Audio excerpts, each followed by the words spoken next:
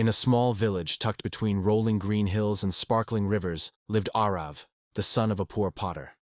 Their house was nothing more than a mud hut with a straw roof. In summer the heat baked its walls. In winter the cold winds made it shiver. When it rained, drops of water trickled through the roof and fell into bowls and pots that his mother kept to catch the leaks. His father, Raghav, shaped clay into pots from dawn to dusk. His hands were always rough, his back bent, but his heart was gentle. He often told Arav, "Son, we are poor, but we are honest. Never give up your honesty, even if the world tempts you." Arav nodded, but deep inside, he had bigger dreams. Every evening after finishing chores, he would sit under the ancient banyan tree, staring at the sky. "One day," he whispered to the stars, "life will change. I don't know when, I don't know how, but I believe it will." Arav loved learning. His school was small, with broken benches and blackboards full of chalk dust. He owned no proper bag, just a cloth pouch tied with rope. His notebooks were old and reused, with rough pages. Yet, he never complained. At school, other children sometimes teased him. "Why do you study so hard, Potter's boy? Do you think you'll ever be rich?" Arav would smile and reply calmly, "Maybe not rich, but maybe I can help others live better." His teachers noticed his spark. His science teacher, Mr. Suresh, often told him, "Arav, you remind me of fire hidden in ash. One day, when the wind of opportunity blows, you will shine." Those words stayed with him.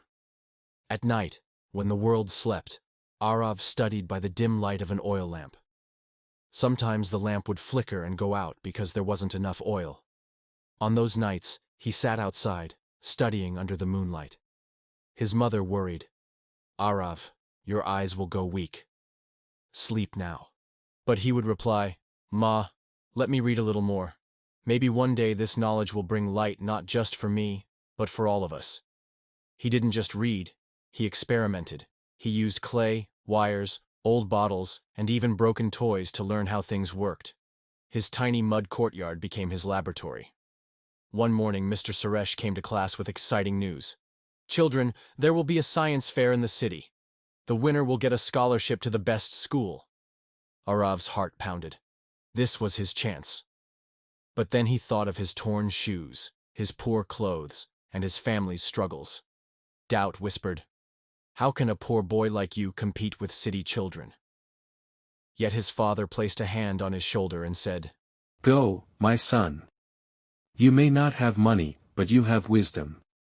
That is more valuable." Arav began working on his project. He remembered how the villagers often fell sick from drinking dirty pond water. So, he decided to create a simple water purifier. He used clay pots, sand, charcoal, and cloth.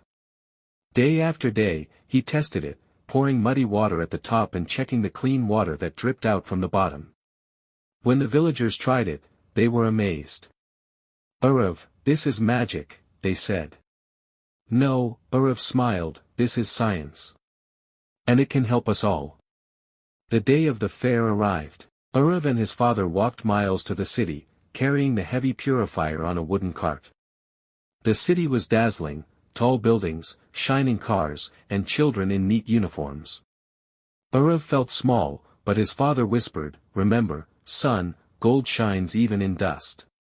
At the fair, other students had glittering robots, computers, and expensive gadgets. Arav's project looked simple, a clay pot filled with sand and charcoal. Some laughed at him. "Is this a science project or kitchen work?" they mocked. But when Arav explained patiently how his purifier could save thousands of poor families from diseases, the judges leaned in with curiosity. He spoke with honesty, confidence, and a heart full of purpose. Hours later, the results were announced. The hall grew silent. The first prize goes to Arav, the potter's son, for his life-saving water purifier. The crowd gasped. Arav's father had tears in his eyes. The villagers back home celebrated. Newspapers called him, the boy who changed water into life. With the scholarship, Urav studied in the best schools and later became a scientist. He traveled to many countries but never forgot his roots. Years later, Urav returned, not in shabby clothes, but as a respected man. He brought solar lights for homes, clean water for families, and books for children. He built new schools so no child had to sit on broken benches again. Standing under the same banyan tree, he whispered to the stars, "Yes, life did change.